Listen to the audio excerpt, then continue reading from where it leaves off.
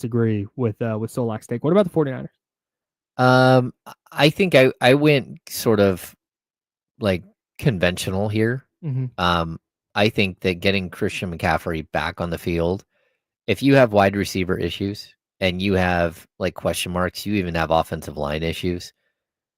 Like I just think that he is such a stabilizer for everything that they do on offense. And we can talk about Brian Robinson being there, or Garendo being there. The fact is that those two might combine to equal what McCaffrey means to this team. Mm-hmm. But it's two players, which means they're not on the field at the same time. McCaffrey's ability to change both the running game and the passing game and put a threat into every single time he touches the ball just changes like the dynamic of a football program. Mm-hmm. And so his health to me means so much to this team. And I'm usually like a Trent Williams guy, and I want the offensive line stuff, but I think McCaffrey is just one of those players that he makes the game easier for everybody. Yeah. He's like the equivalent of a Magic Johnson on a basketball court, where when he's on the field, just everything raises. Like it just makes life. Everyone slots into the right place when he's on the field, and when he's not, it exposes Brock Purdy. It makes it easier to defend a Ricky Pearsall or George Kittle. Yeah. It just really does. And it also, when he's not on the field, it makes the offensive line look worse. Like there are things that the offensive line can do and can't do. And when you have a guy like McCaffrey, who every single person on the defense is looking at him like, oh boy, is he going to get the ball or not? It just changes everything for me. Yeah, this is the fundamental flaw with the 49ers roster, because I agree with everything you just said. Yeah. But for me, I'm going to take everything you just said and apply it to Trent Williams. Yeah. Because I think that he fits into that group where, dude, and I put Trent Williams ahead of Christian McCaffrey in this sense. If Trent Williams doesn't play, I don't know who's filling in. Are you trusting Spencer Burford to be a high-quality left tackle? No. Or an average quality left tackle? Like, that's a massive gamble. Yeah. And we've seen time and time again when Trent Williams is either not playing or compromised, the 49ers don't win. That's just been the case over the last couple of years. So that's why I put him ahead of Christian McCaffrey, because, okay, let's say if you remove Christian McCaffrey from the equation, well, I don't disagree with anything you said about him. All right, they got Brian Robinson now. They have Isaac Garendo. They have George Kittle. They have theoretically Juwan Jennings and Ricky Pearsall. Like, this is okay. There's all these pieces here where they can still generate some offense. Might not be the same amount. They might not be first in yards per play, third in points scored. It lowers their ceiling dramatically, but I think they can still generate offense. I honestly think if Brock Purdy's out, all right, you trust Mac Jones to go win a game. Yeah. If you don't want him for half the season. No. But if you need Mac Jones if you need Kyle Shanahan to scheme up an offense for Mac Jones for a week or two, you don't hate it. I think Fred Warner is in that conversation. I think you could pick any of their top three cornerbacks and put them in the conversation. The point is, we talked about Juwan Jennings earlier. The point is, they're still so top heavy. Yeah. And if you can throw out any one of these. ESPN, Ben Solak's pick was Ricky Pearsall. I don't disagree. No, you can throw Fred Warner. There are like Fred Warner for sure. Nick Bosa. There are like 8 guys on this roster that if you remove them from the equation, you're like, I don't know what they're going to do.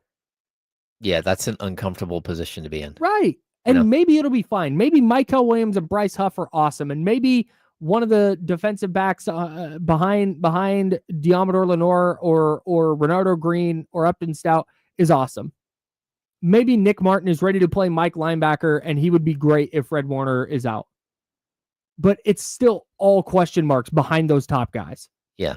It's just, I said it yesterday. It feels like a house of cards. No, it's like, all right, this looks great, but man, you remove one piece. That's what I feel the same exact way with the Kings.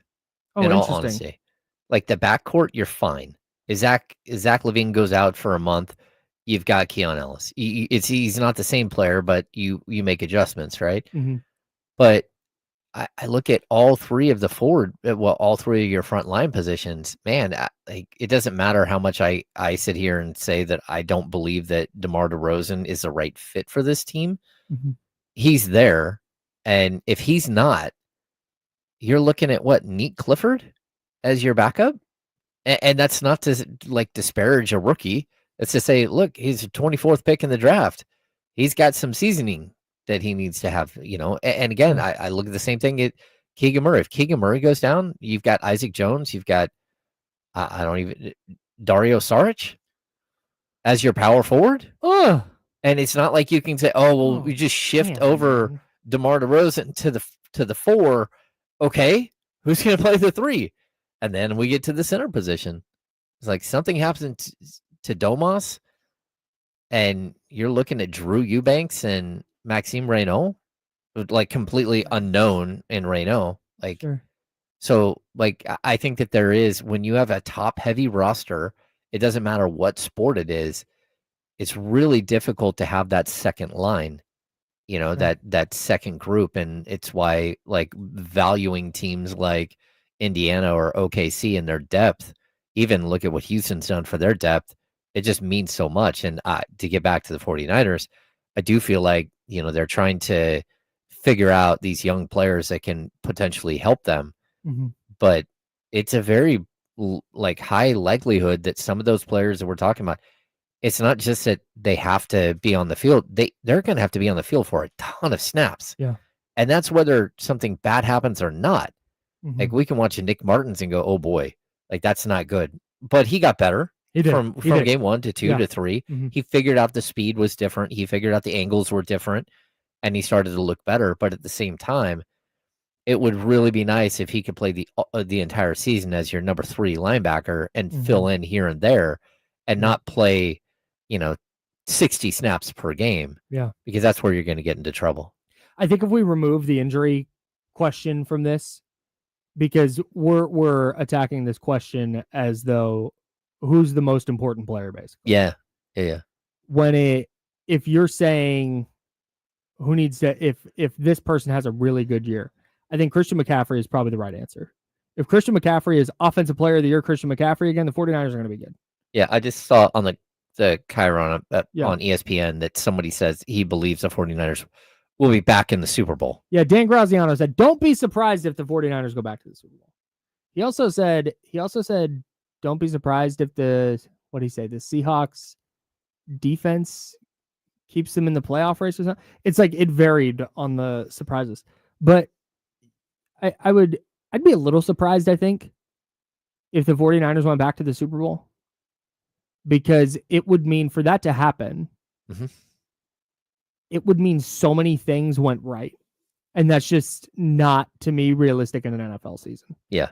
It means everybody was healthy. And if everybody wasn't healthy, the players who stepped in for them were really good. All the rookies who have to play are good. And the division maybe struggles a little bit.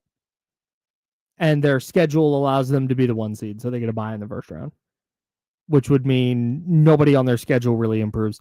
I think if San Francisco is going back to the Super Bowl, I don't want to say surprised. I wouldn't be shocked. What's between surprised and shocked? I don't know. Baffled? No, baffled might be above shocked. Yeah. Yeah, I'd be a little surprised for sure if they went back. Yeah, caught off guard. Not in the way that I would be surprised if the Panthers went to the Super Bowl. I'd be like, wait, what the hell? I see the path for the 49ers. I just think it's extremely narrow and full of obstacles. Yes. Does that make sense? No, it does make sense. And, and I'd also say this, like, we already know that their path is very narrow, right? And that path, it becomes even more narrow when you walk into a season with question marks with Juwan Jennings, and you walk into the season with question marks at your kicker position. Like, it's one thing to have, like, hey, we need a lot of things to go right. It's another thing to have very specific pitfalls that you see, that everyone sees, that you're not addressing. Yeah. And so that's where it's like, hey, man, I think that there is something about pulling back and having some separation between you and your players, and then looking at the big picture and understanding, like, man, if Juwan Jennings isn't here, how bad is this season? Yeah. We go from a potential 12-win team to maybe a 10-win team. And that's not because Juwan Jennings makes a difference in 2 games. It's because you don't have anyone else. Like, he matters that much, and you can't have a kicker lose games. This season specifically, you Jake cannot. Moody, the X factor? Yeah. You cannot have a kicker lose you a game this year. Yeah. That's tough, but that's the pressure that is going into this season. Yeah. So we can talk about the potential for them to make the Super Bowl, but, like, man, you got to shore up some things right now. Hey, Jesse.